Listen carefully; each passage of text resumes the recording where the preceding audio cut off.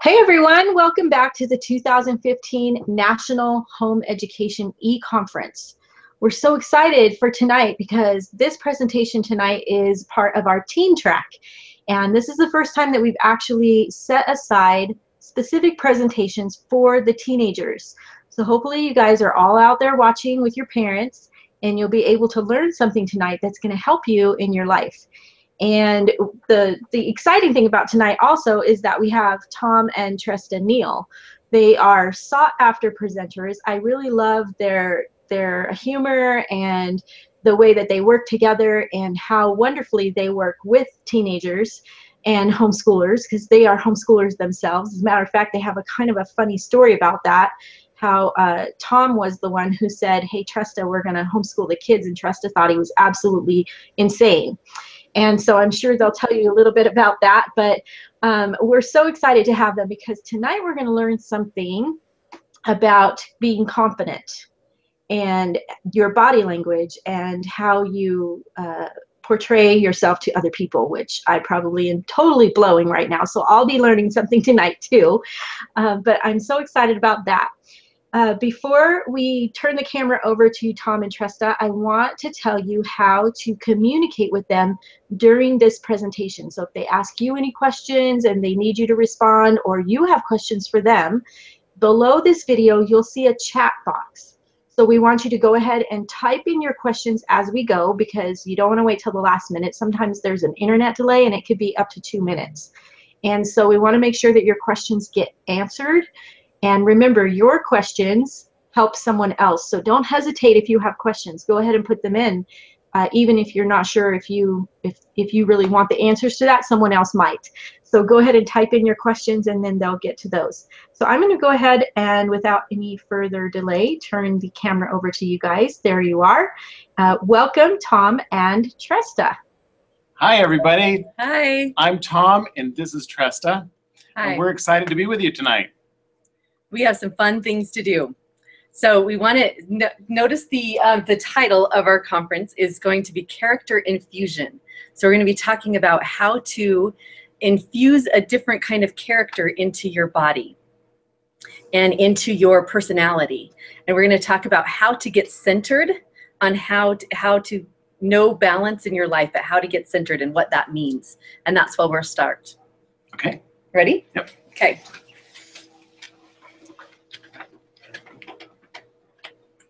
All right, so on the whiteboard, I'm hoping that you can see that pretty good. We're going to start with just a little bit of geometry. And this is really fun in a live class, but we're going to try it in this kind of setting today. So what is the first thing that you start with in a physical connection or a physical creation? So if you're starting something, not what you're thinking about and not the blueprints and not all that, but when you start making that blueprint, when you make it physical, the first thing you start with is a point.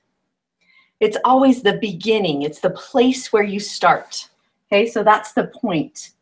And in geometry, it's the very first thing that you would learn, the first definition you would learn, as well as the first, the beginning point, okay? And then the second one after the point is a circle. And this is used with a compass, one of those math compasses that you use like this, that you put the point down and then you draw a circle around. So we start with a point and then we open up our compass and we create a circle around it.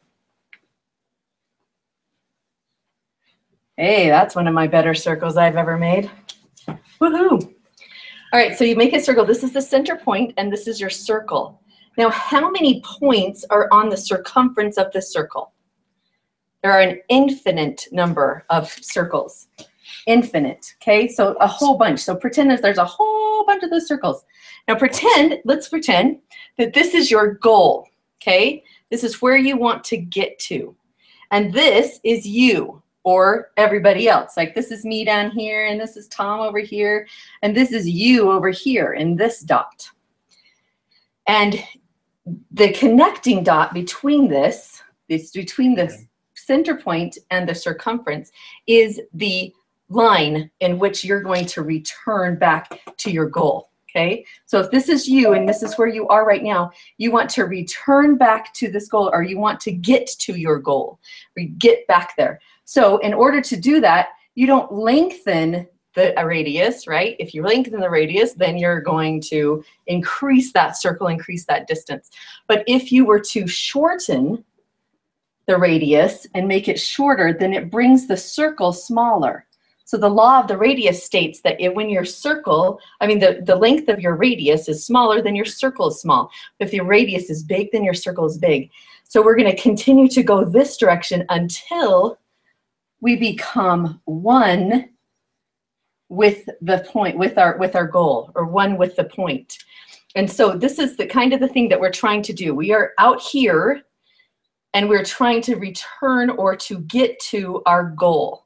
And that is the center point, is our goal. So now think of that as you're thinking of all of these different characters. We're going to show some movies. We're going to do some storytelling. We're going to have some fun here. But if you can remember this story that we're trying to return to center or trying to get to our goal. And first we have to have a goal, right? All right, so the first thing we're going to do is we're going to review this a little bit, and then we're going to go right into the next section. Yeah. So we're going to go to screen share, and we're going to go to a PowerPoint now. Okay. Okay, this is finding your center, or the character infusion and finding your center. So these are the 4 things that we're going to talk about. We found the individual path, finding your center character. That's what we're talking about. That center point is your center character that you're trying to get to, who you want to become. Then the next thing we're going to do is we're going to talk about the 4 character types, and we're going to find the center character that we're headed towards. Then we're going to talk about the 5 steps of connecting with others, and then the 3 ways to become Christ-centered. And then we're going to go into great detail with the 3 of them. So we're going to quickly move through the first 3. All right, so this one is the circle with the point. So the point, remember, is our goal. The goal, to become centered or become one with our goal. By shortening the radius, we become closer to the one. So now let's talk about the characteristics.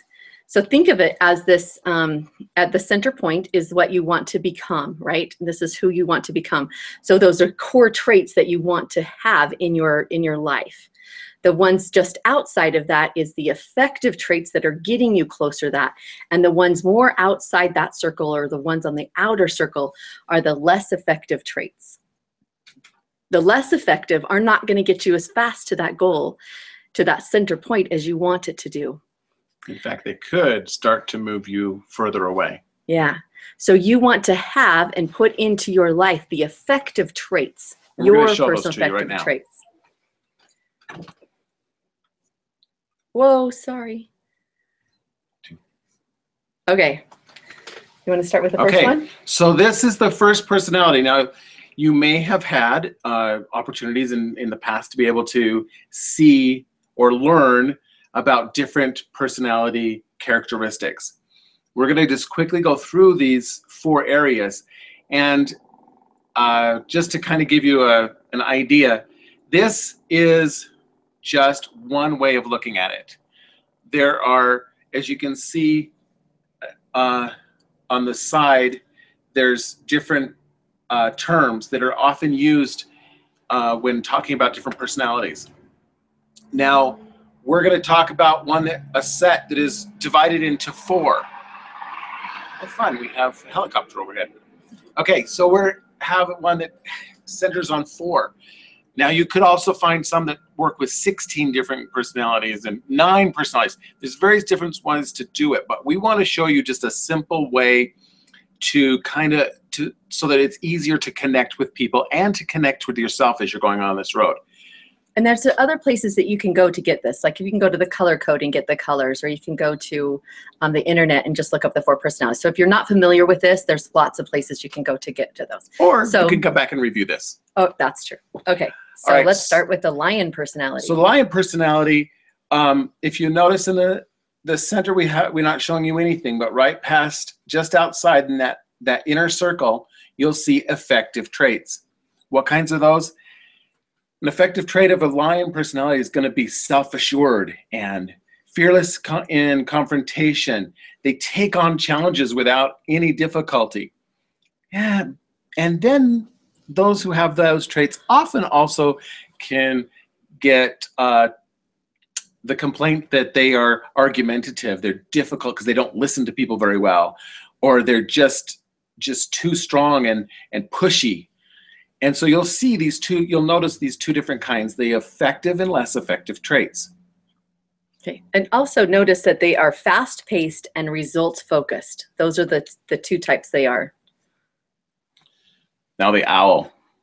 The owl personality is the one that is, in their effective traits, they're organized, they're conscientious, they're problem solvers, and they're really, really great. My dad is an owl personality who takes very good pride in the cleanness of his mechanic shop. It's quite humorous to walk into this mechanic shop and it's spick and span. But they are results focused as well, but they are also slow paced. So their less effective traits are they're overly critical, they're perfectionists, they don't want to get anything done until they have it just right and just perfect. So those less effective traits are keeping them from reaching their goal, which is the center point. And I want to share with you quickly why they're slow-paced. The reason they're called slow-paced has nothing to do with their actual speed. It has to do with their wanting to be so precise that they're very cautious with things. They'll ask lots of questions just to get those exact details correct. Now the wolf personality. The wolf personality is steadfast and persistent. They're better listeners than others. They want to help and heal and care for a person. So they'll be very supportive and loyal, and they'll be patient with people. They're also slow-paced. Same type of reason as the owls. They're wanting to be very precise and make sure that they get the right answer. These are like the energy healers that you see out there, the lots of energy healers that want to help people, but want to make sure it's right and want to make sure that they don't hurt anybody's feelings doing it. And so on the less effective side, you know, they could totally seem indecisive because they are weighing those options so carefully, and they want to make sure that they get it just right. So they take a longer time and seem indecisive. They sometimes are a bit passive because they don't want to hurt people's feelings, so they're very cautious. Yeah. The monkey personality. And this is one of my favorites because that's where I fit a lot of the times. And also, when I was just a little tiny girl, I had my little favorite animal was a little tiny monkey that had a banana in his hand. And I carried that thing with me everywhere. Anyway, so I got a cute little monkey picture just for that. It looks just like that. So the monkeys are, in their effective traits, they are optimistic, quite optimistic. They're very social and enthusiastic. They're actually promoters. Anytime you want to put on a big event, you get lots of monkeys in your business and they will promote it like crazy. The less effective ones is that they avoid confrontation because they hate confrontation so much that they avoid it because they don't want to put on getting argumentative, because if they get argumentative, then it means you don't like me. Yeah, it means you don't like me. Yeah, exactly. They're afraid not to be liked. They want to be liked. That's really their focus, is to be liked. It's that people focused and fast paced is what they are. But in their less effectives, they love to exaggerate. Have you ever heard an exaggerated story? Lots of times. They're overly enthusiastic sometimes, and they like to talk a lot. I've been told that sometimes. Yeah. I like to talk. I talk too much. You must be a monkey. Okay, so these are the 4 personality traits, and you get a general idea for them as we're going through here. Now we'd like to go into what the center point is then. Okay, so notice the center is the Christ-centered characteristics. Christ, if you go through the scriptures, you can find everything. He is part of all of these. He has the monkey in him. He has the dog in him. He has the owl and the lion. And he uses these different traits for different purposes. So you can find him in being diligent and hope and virtue and knowledge. You can find him with love and charity and faith.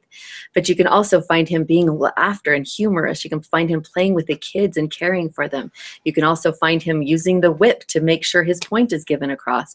So yeah, he uses all of them, and we are trying to become more like him. And if we put Christ at the center of our goal, whatever goal we're making, no matter what it is, if we're trying to become more like him, then we will reach our goal faster. I want to point out one thing on this. As you look at this sketch here, you'll see that there are dotted lines between each one of these different types, and between the center and that next effective trait area. And that's because we put that in there because we want people to realize that you can move between. You can utilize these two and these two. You can utilize good characteristics from any of these. Sure, you're going to have an area or two that you gravitate to, and that is more naturally you. Yes. That doesn't mean that you can't progress towards the center. In fact, the person I first learned these personality traits from was Florence Littauer. And she's out there, she's a Christian minister, and she shares these types of traits in helping people to work with each other. And as she does, she's often had people say, well, I'm a monkey and I can't work with a lion because they are just this such and such and such, and I can't do this and that and other things. And she says it used to get her so frustrated because Christ had all of them. And that was the purpose that she's sharing this with, is that you can develop and grow, and you can utilize different parts of these, of the effective traits of others, to be able to communicate better and to be able to connect. Connection is what we are all about here. We're trying to connect with the next person. As we are able to make those connections, they're the things that last for a lifetime and beyond. So now, if we are not part of this online thing and we could see your faces, we would love to have you just stop and write down or think about or share with your neighbor about something that you've learned new about these 4 characteristics. So I challenge you, if you're watching this video as a recording, to stop right now and to stop and think about that. What have you learned new from this so far? And how can you become more centered in your goal and more Christ-like? All right, you ready for the next one? Okay. All right. This is the next section. Applying those Christ-centered characteristics. Because quite frankly, what good are they if we can't do something with it to help us in our life? Exactly. So this is one of my favorite pieces.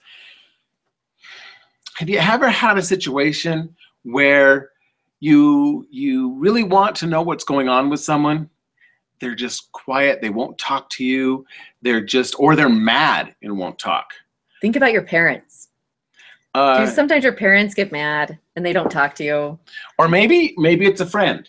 Oh yeah, could be a friend. That's just not communicating with you. Something happened and suddenly now you're not talking very much.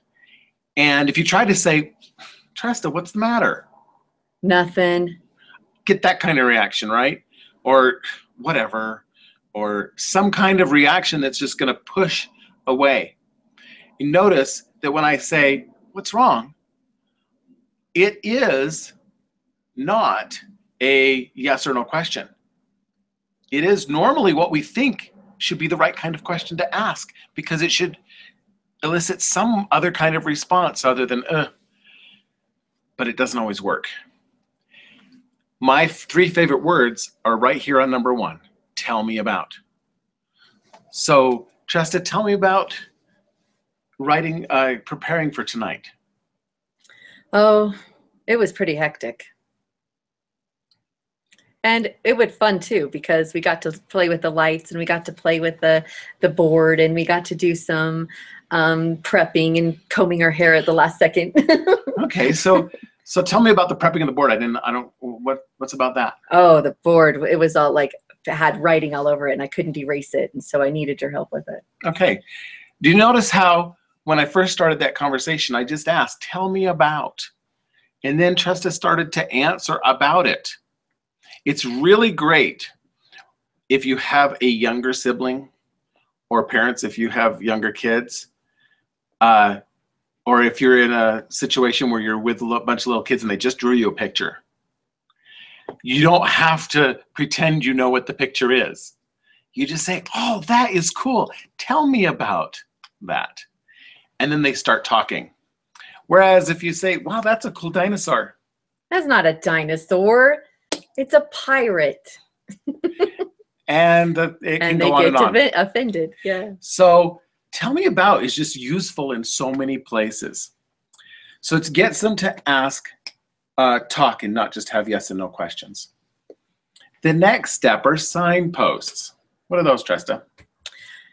Signposts are things that as you're driving down the road, you see a big sign in the road and it says to either go here, do this, don't do this. Exactly. Tells you things. So when you were talking and telling me about the preparation today, you mentioned something about the board. Yes. And that was a signpost. That signpost allowed me to know, oh, that's something I could ask about. Imagine a quick story. Jack and Jill went up the hill to fetch what? A pail of water. Right? You all know that. Yes. And so as I could ask, I meet up with Jack and I see he's got bandages all over.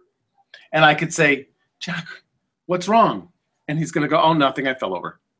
But if I say, tell me about this bandage you have on your head, then he could start to tell me that he went up the hill to fetch a pail of water. I'm going to scratch my head and go, well, yeah, but you have running water. Why would you be going up that hill? So I might ask about the hill and why you're fetching a pail of water up on the hill.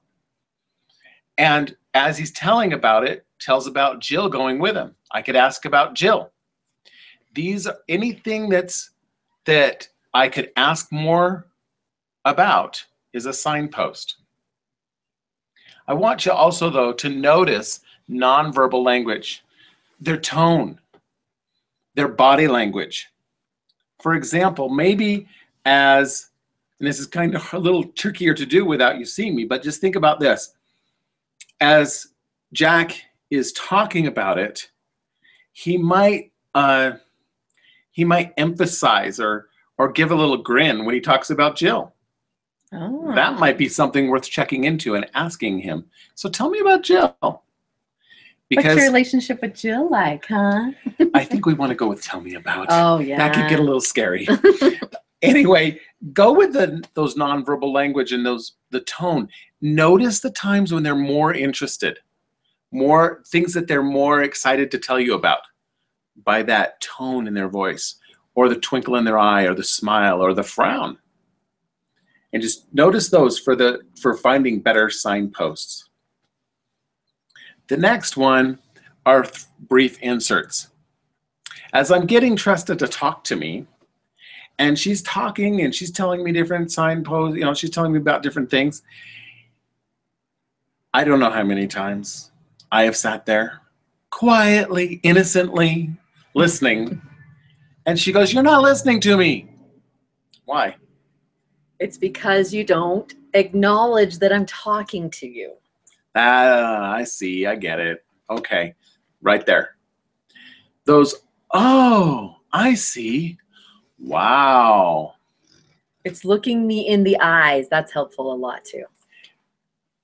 So as you throw in those brief inserts. And the reason is that the other person needs to know that you're actually listening. See, right there. Shows you are paying attention.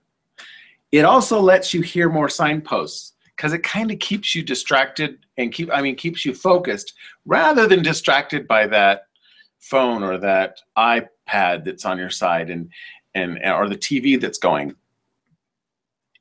When you actually say those brief inserts, you have to focus on the person more and you find those signposts better. And lastly, it allows them to feel safe while talking, or just allows them to feel like they can continue talking. It's an important one. It's one of my favorite ones. But I know think this is your one favorite. Is your favorite. Okay, so the pause. This is pretty cool. As you're asking them to tell you about something and you're noticing signposts and you're moving along on the conversation with those signposts, you'll notice the brief inserts that you're giving. And sometimes at one point, a person will just stop talking.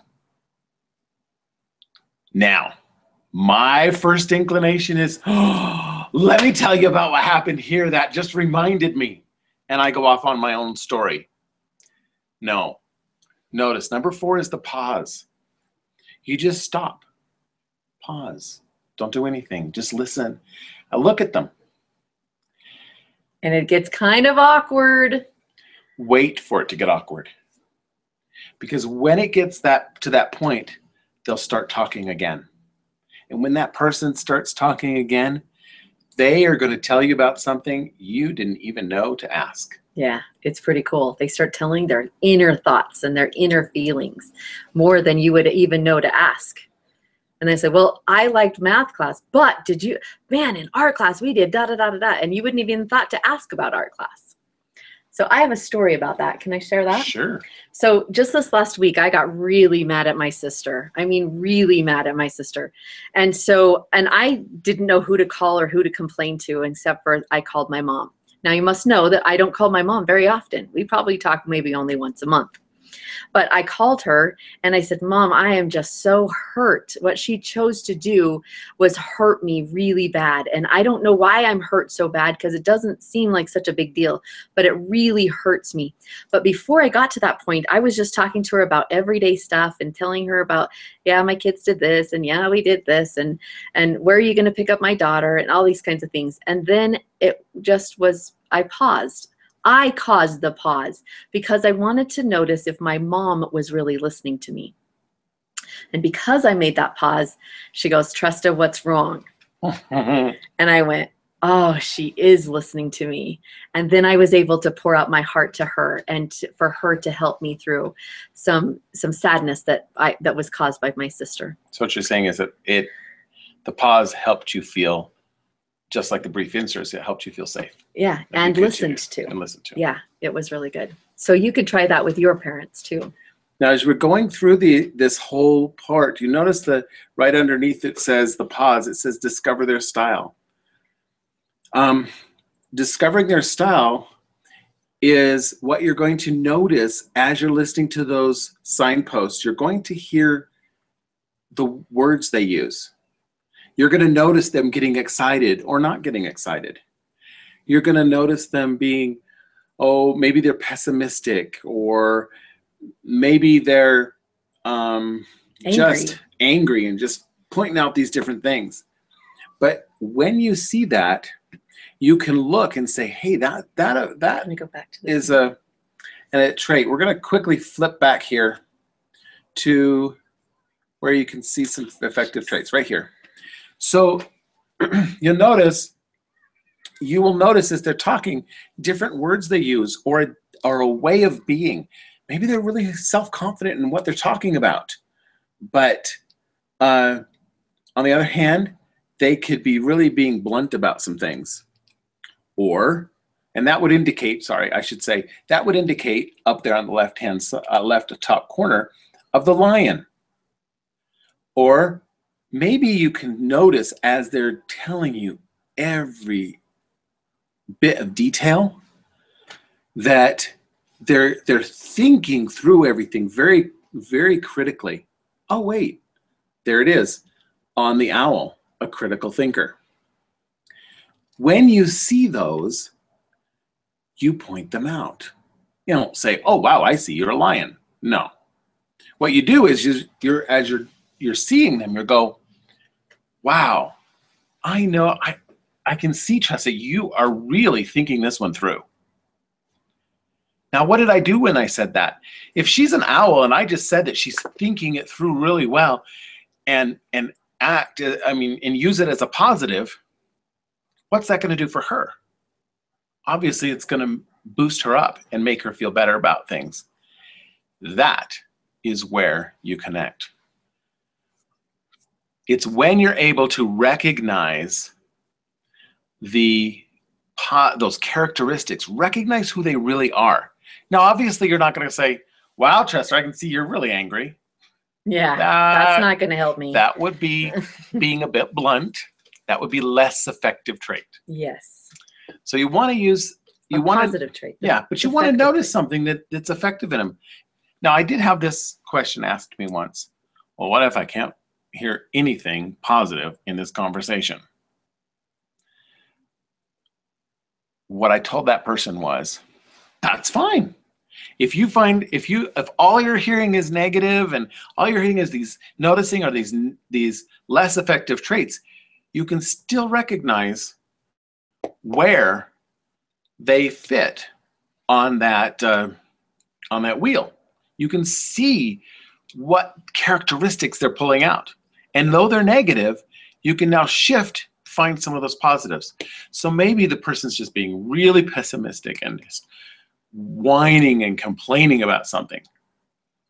But as they're doing so, maybe they're being very specific and thinking it through. There you go. You got that critical thinker again. You can say, hey, I see that you're a really critical thinker. You're very cautious about this. You're smart. Or you're thinking this through. Yeah. Maybe a little bit in the negative, but you don't say that part. You say, I can see you're really thinking this through. That's well thought out. And that helps you connect.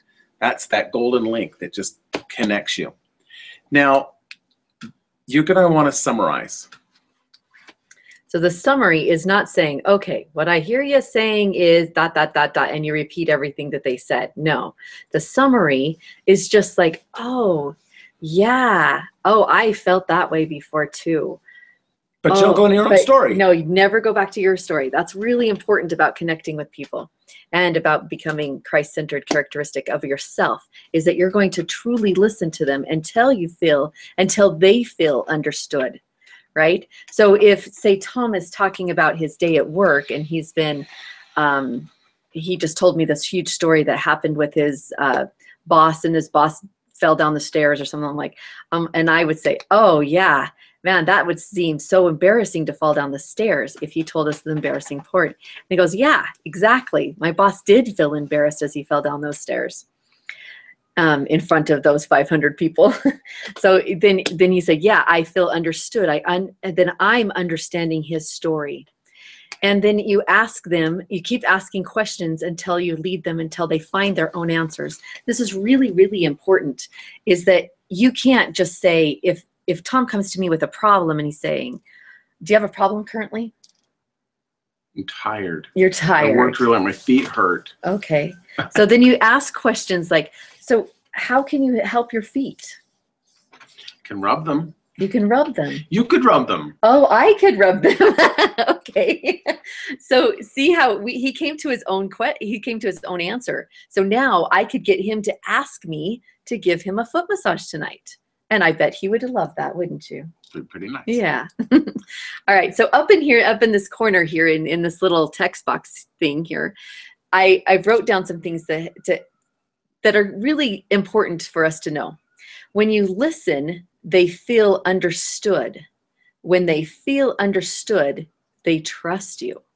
And when they trust you, they will listen for answers. So this doesn't matter who it is you're working with. It could be a friend, your parents, your friend, it could be a sibling, anybody. a stranger. Well, I mean, it could be a boss at work. Yeah. You know, you're listening, they feel understood, and they trust you. So then they're willing to ask you for what you would suggest.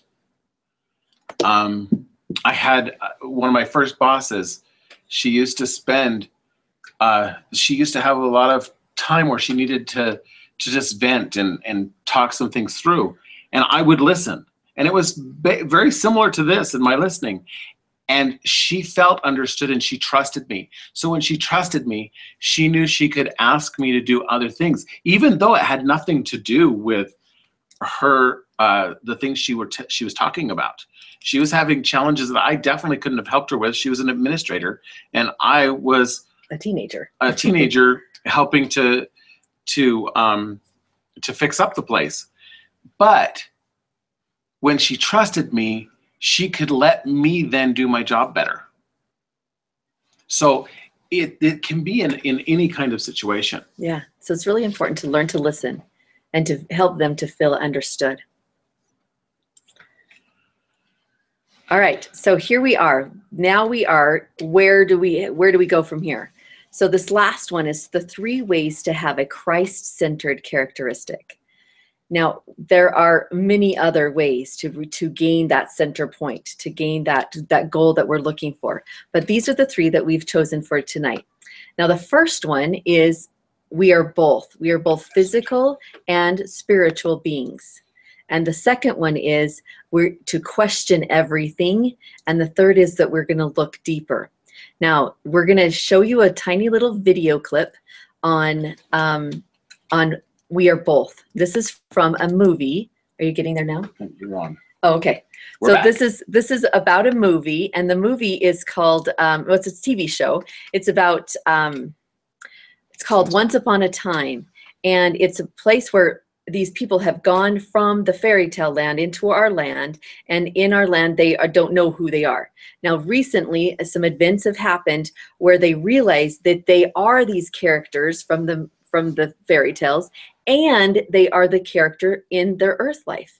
And they're really lost and they're really confused, and they're like, help, I hate being two people. I hate knowing that I could be Prince Charming, or that I could be Belle, or I could be the princess, or I could be the knight in shining armor, or whoever he was in the other world. But I also know that I must be Kevin, or I must be Susan in this world where I'm a doctor and I have all these problems and I have all these trials. And so it gets to the point where, help, what are we doing? I want to forget that I ever was in that fairy tale land. I want to go across the border and forget my memory of that, because that's where I would be happier. So here's the point right here at this point where the time to change is going to happen. And Prince Charming is the guy who's going to be talking. Get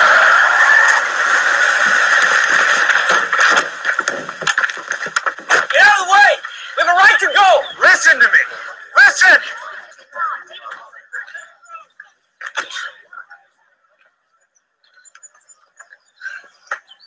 If you cross that line, you're going to be lost. Everyone who loves you will lose you. But there's something worse. You'll lose yourself. Look, I get wanting to leave here, I do. And I get that it's easier to let go of bad memories, but even bad memories are part of us. David, Storybrooke David is weak, confused, and he hurt the woman I love. I wouldn't give up being charming just to be him. But you know what? I wouldn't make the other trade either. Because that David reminds me not only of whom I lost, but of who I want to be. My weaknesses and my strengths. David and the prince. I am both. Just like you. You are both. The town is both. We are both. Stay here and every choice is open to you. Live in the woods if you want. Hell, live in a shoe if you want. Or eat frozen burritos and write software. Let's open Granny's, the school, and get back to work. I will protect you. She won't be able to hurt any of us, not as long as I'm alive. Not as long as we all come together, as we did before, as we shall do again.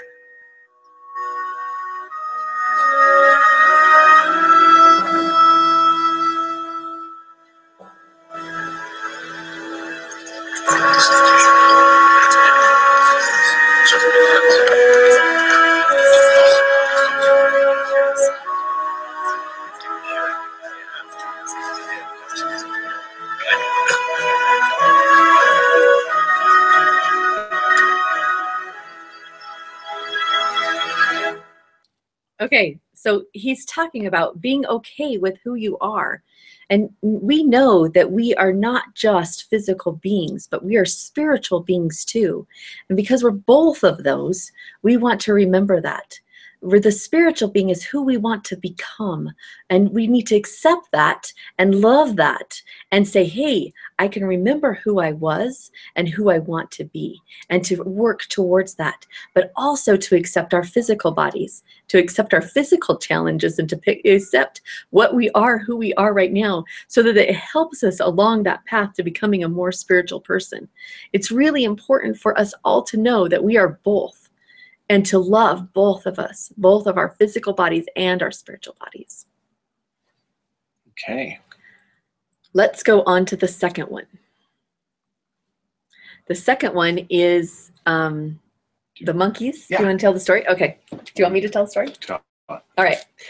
So the second one is, so the first one is recognizing that we are two separate beings, right? That we are two things. And that's one way that we can get to Christ, that we can become that Christ-centered person.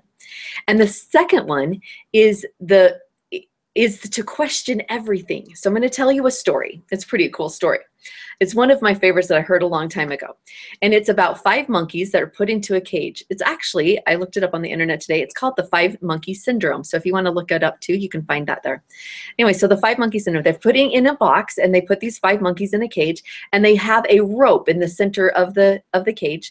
And there's bananas hiding at the very, very top of the thing. And so the monkeys start running up that and to grab the bananas. As soon as they touch the bananas, the scientists pour cold water onto the monkeys, and the monkey runs down and and they're all sad.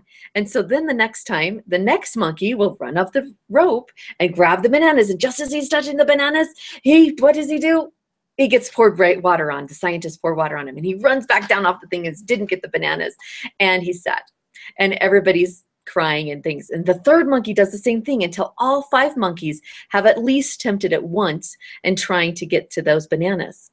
Now, all of them are soaking wet. All of them know that as soon as someone touches those bananas, they're going to be drenched. And so the scientists decide to do something new, because all of those monkeys have now decided they can't climb the rope, and they don't.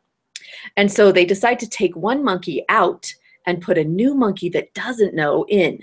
And as that monkey is sitting in there, and as he's in there, he decides, oh, look, there's bananas at the top of the rope. I'm going to go get those bananas. So he climbs up the rope, and just as he touches the bananas, or just as he's getting there, the monkeys, all 4 of the other monkeys, run up there. They grab him. They pull him back down. And he said, what the heck? What's going on with that? So he tries it again. And as soon as he starts trying again, those 4 monkeys run up there, and they pull him down, and they jerk him down off of that rope. Nothing, no water happened. Nothing happened when he got there. And yet those monkeys were scared that that would happen again. So they decided that they were going to pull him down. Now they tried the next monkey.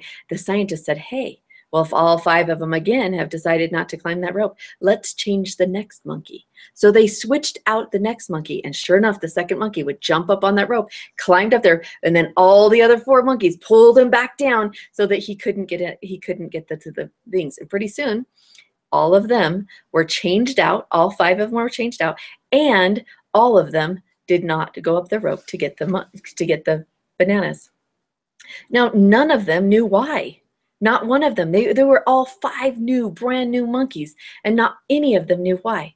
So this is why wouldn't they try? The water was gone. The scientists weren't using the water anymore, but they just said, well, this is how it is. This is how it goes. This is how it will always be. And this is how it is in this world. This is how it is in this family, right? But they don't question it. They didn't know why. And so that is what my challenge is to you, is to ask questions. Why do we do this? You guys know the story with a ham, right? They cut off the ends. Why do we cut off the ends? Well, they asked the grandmother, and the grandmother said, oh, I just cut off the ends because it fit into my teeny tiny oven that way, right? So there's always a reason. And if we don't ask those questions, if we don't ask those why questions, we'll never know. One of my things that I started when I was younger, I loved math, and I was really good at it. And I started asking questions. Well, if this is done this direction and this way, why can't we do that same problem this way? And my math teacher would say, because you don't do it that way. You have to do it the right way, the correct way. And that would make me so mad. And I went, I don't want to do it their way. I want to do it my way. So when my children were learning mathematics, guess what I did? You don't do it that way. You have to do it this way. Long division is done this way, this by this by this. And you have to subtract and you have to do. And my son would go, but I don't want to do it that way.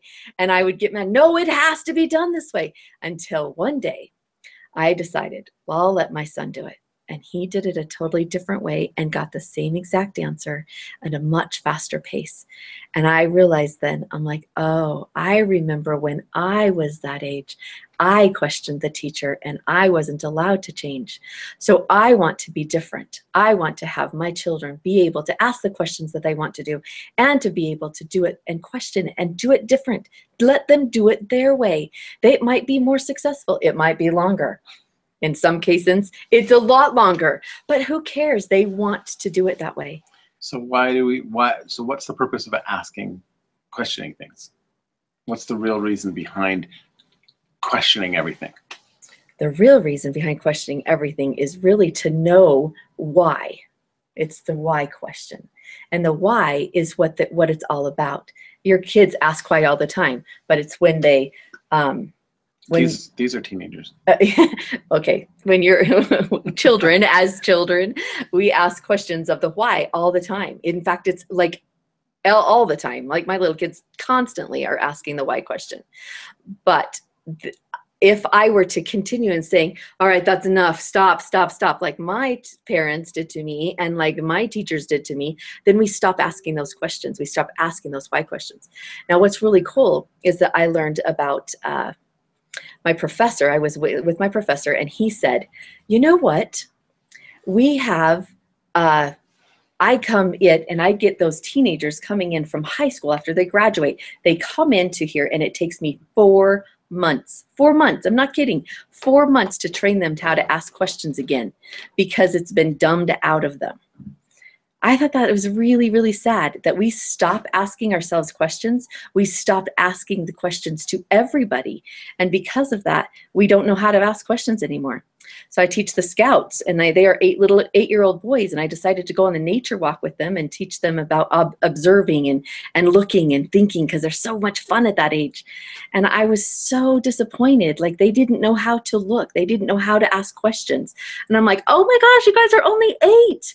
You have to learn to keep asking questions. It's really important to ask questions because as soon as you ask questions, then you can get somewhere. It gets you somewhere. And it's that those questions also lead you to the center point, to your goal, to becoming more like Christ and to receive your ultimate goals as well as your individual daily goals.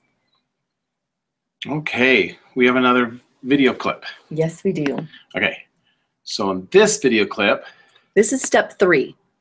Which was? This is deep. I'm not remembering. The third way is digging deeper. Now let me give you a little bit of background to this movie before he turns it on. This movie is from a clip. It's a clip from a movie called The Prince and Me. Now the prince was the guy that's in this story here. He's the Prince of Denmark, and he's come because he doesn't want to take on the responsibility of being a king or even a prince. He wants to play around. So he's come to America, joined a college so that he can play around. And he meets this girl. And he starts liking her, and she has nothing to do with it. She's a spoiled brat. He doesn't like her at all, like him. Excuse me. And so because of that, he says, well, can you at least help me with my laundry? I have no idea how to help me with the laundry. Now, before, she had realized that he was really good at Shakespeare, and she was not so good at sonnets and Shakespeare and stuff. She goes, all right, fine, I'll make you a deal. I'll teach you how to do your laundry if you'll teach me how to read poetry. And he goes, done. I could love to do that. I have no idea how to do my own laundry, but I would love to teach you about poetry. So this is the scene where he's teaching her about poetry. Okay, there we go. All right, so with that clip, did you see how deep they got? Like just tiny little words, like the word sun. It's not just, she took it literal, right? You could read something and take it very, very literal, but you could also read something and look past that. It's like seeing in between the lines. What I like to say to my students is let's look to see what God wants us to learn from the author's words. So first you just read it to get it. Then you read it to get what the author meant. And then you read it to get what you want or what God wants you to get from what you're reading. So this is a great example. So notice and remember, see in the clip where he said the sun, it could represent something else. The sun could represent light. But what else did he say? Well, then light could represent knowledge or reasoning. See how he just took that, and you could go on and on and on with it. Looking deeper is really important. It's what the founding fathers did. The founding fathers would take the scriptures and they would expound on them immensely, and they would find out all these things. They would learn from all these different people about the Constitution and what they needed to do to put together a government for this country. And then they would go to the scriptures, and they would, inside the scriptures, they would find Genesis 1, chapter 1, and they would see, oh, there's a sun and the moon and the stars. Let's make 3 different branches of government and put them in charge and put them over the rulers over our government. Just like in the scriptures, it says the sun and the moon and the stars are the rulers over the world. And so do you see how they took just tiny little words that you could see as sun, moon, and stars and not think of anything of it, yet they saw it and said, wow, this is 3 different branches. I can make 3 different branches of it. So look beyond, look deeper, see what else is on there. Okay. So we've talked about those 3 ways to get back to those characteristics, to come and to be centered. And so I want to give you one last bonus about some body language. As you're listening and talking to people and getting their stories, and you're asking them questions, one of the best places to look is in someone's eye, right? It helps because it's the windows to the soul. Yeah. So as you're doing that, it'd be nice to know what's going on when you see movements in their eyes. So very quickly, I want to show you this. And so if you look back at our board here, I've got some faces really quickly. And I'm going to just do 5 real quick. These are not tears, those are arrows, okay? And I'll describe what these are all doing so that even if you can't quite see it quite the way we'd like, you'll be able to understand what's going on. So as you're looking at someone, if this is them looking at you, so I'm looking at you. If I look up and to the left when you ask me a question about, what question might you ask me? What? How is your son doing? Okay, and let's say it's our son who's living in another state. I might look up, and if I'm looking up, I'm looking at the past, up and to the left. So I'm looking for facts and figures because the left represents the left side of the brain, and that's our facts and figures area. And so I'm trying to make sure I have all the facts before I tell you what's happening with my son. I might be searching for something that just happened to him, like he just got his bike back after having it been stolen, okay? But maybe you ask me a question and I look up to the right. Now it could be that you ask me a question about something I'm going to be doing. And so I'm looking that way because the right-hand side is referring to our future. It's where we think about the future. It also kind of works with the way we have a timeline or a reading from left to right. The right is in the future. Okay, that's an easy way to remember that. So it also could be, we don't want to not trying to catch someone lying or anything, but you might ask me, did I make my bed today? And I might look over here and thought, well, I kind of straightened it up. That would be making it, right? And so I kind of make up a story that I will get it done. That I will get soon, it done. Yeah. It's just not quite there yet. So the left, again, is looking to the past or facts and figures. The right is more creative or to the future. Here, they're looking either, the reason the arrows are going there, it's what's over here. Right here is an ear. Very big one.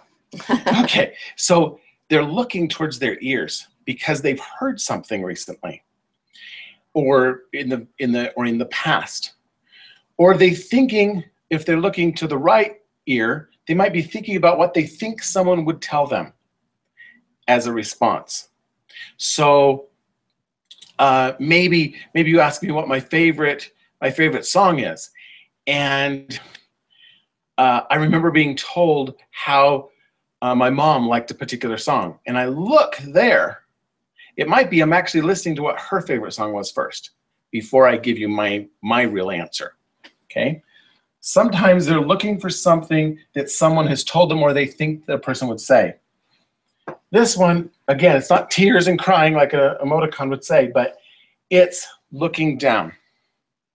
Now in this one, we want to remember that if a person's looking down, they're looking in what's down from the head is a heart, right? And we always use that as being our emotions. So they're thinking about their emotions, how they're feeling about something. If a person looks down as you're asking a question, give them time. Don't start waiting because they're going to take a while. It's like slowly a rising waters or something, and it takes a while to get there. But when they do, they have profound answers. And finally, up. Up's a pretty easy one because it's kind of the symbol that we've given for centuries. Looking up, we're looking for some celestial help. So that's a quick answer. We're done. Yeah, I think so. We gave you that extra little bonus, which is kind of fun. Are we gonna have to go ahead and get these Yes, the character traits thing? Okay, yeah. Tell them. So we have the character traits that we showed at the beginning where it says the 4 quadrants with the Christ Center in the middle. We have that available for you at KeystoneEd.com. And if you just go there, go down to the bottom of the page on the home page and put free stuff, or I think it says free things or free stuff or something. So just hit that. It'll take you to the store. And then you just pick the things that we think. We have a couple things that are free right there, and you can just click them and download them right there. So if you're interested in getting that, please come and join us there, and you can get what we've made for you. It's also got some pictures of some heads with different colors on it, so you can see it there too. All right. So let's turn it back over to Diane. Thank you, Diane. All right, I'm here. Okay, so if you guys have any questions, go ahead and type them in the chat box. Let me see what we've got here. Let's see. Here's a question. Is there a book that is a good book to read with our older children on body language? Okay, so the book, the only book I know of it's a good, and when we're talking about body language, I want to warn you one thing. Do not, promise me, put your hand over your heart and promise me, do not Google body language on YouTube. Yeah. You're going to get stuff you do not want to see. Yeah. However, a book is what, I got to remember the name, What Everybody is Saying. And we can go ahead and put that on the website as to what the name of the author is, because at the top of my head, I can't remember. But it is What Everybody is Saying. And it's by a, I think he was a military expert in interrogation and looking for body language. And he does a very good job. It's not just interrogation, but he's had years of experience of looking at that. Yeah, that is a good one. Okay, and then this next question. I love your movie excerpts and examples. What are your favorite character building movies? Oh. Okay. What's the name of the one with the where they cross the field? They're going across the field with it's a football movie. No, I can't remember it. Oh. Well, I've got some more. Okay, you tell some more. Okay, so you think of yours. One that I really loved that changed my life really was the Wind River. And it's about an Indian nation and Indian things. Another one that I really loved was Dancing with the Wolves, and how he was able to change his whole character from being who he used to be to being in love with nature with the Indians.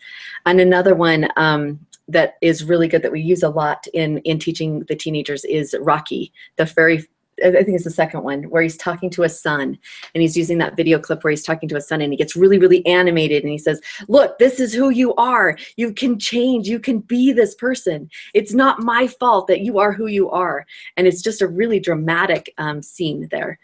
I'm terrible with the names of them, but what's that one that was about I think it might have been a rugby team actually that was about here local. Oh, come on. I can't remember. Most there are a lot of ones sports ones are really good. Yeah. Another one that we use a lot with the teenagers is what's it called? Apollo 13 that you use. October Sky. October Skies is another one. Yeah. So October Sky and Apollo 13 are not only good for character development, but they are great for recognizing. You can recognize a lot of leadership qualities in those two movies. Yeah. Yeah. That are needed to use. So. Always look for things. I mean, I went to a play the other day, and I went to it's called Big Fish, and it was just a play that our local theater does. And I was like, I'm going here knowing that I probably won't like this video or this show. And pretty soon I'm like, okay, I've got to do what my mentor always tells me to do. I've got to look for some principle in it, right? So I did. I found 2 really good, strong principles in it. So no matter what you're looking for, always teach your children and teach yourselves and teach your friends to say, hey, this might not be, it might be cheesy or might be weird, but let's look for the principles in it. And you can always find a principle in almost every story. There are some that don't, but most of the time you will. So yeah, thank you for asking that. Awesome. And then this next question, do you have any other live workshops for teens or conferences for teens? You guys? Yes, we do. Absolutely, yes. Yeah. So we do the youth conference every year for the LDS Homeschool Conference in Salt Lake. This year it's going to be on August 22nd and 21st and 22nd in Sandy, Utah. And we put on together there where Tom and I are both going to do some workshops there for the teenagers, as well as bring in some other experts on simulations and different things and storytelling, things that we're going to do there. So yes, that's a conference that we do. I also have a school called Keystone Key Guard that I put on every year. We do it from September. We start in September through May. And we talk about symbolism, and we talk about how to teach younger children these principles and how to find principles in all the subjects. Okay, so there's one other thing that she didn't tell you. Okay. Was at the conference, at the youth conference this summer, we are also going to be, there's my friend Darren and I are going to be showing doing a simulation where we're working with character and leadership development. And that is going to also be a program that in the next year, they will be able to be part of a program where they're learning to be leaders. And at the end of the school year, then they will have the opportunity to come together in a camp. And some people will be new to the camp and some will be leaders. And there's a camp that will be happening in 2016 that'll also be, but that's a bit further in the distance. So that's the things that we're doing for youth right now. It'll start at the conference, though. Yes, it starts at the conference. Mm-hmm. Yeah. So yeah. Okay. We have other things in the works, but nothing in the making. Okay, let me check and see if there's any other questions.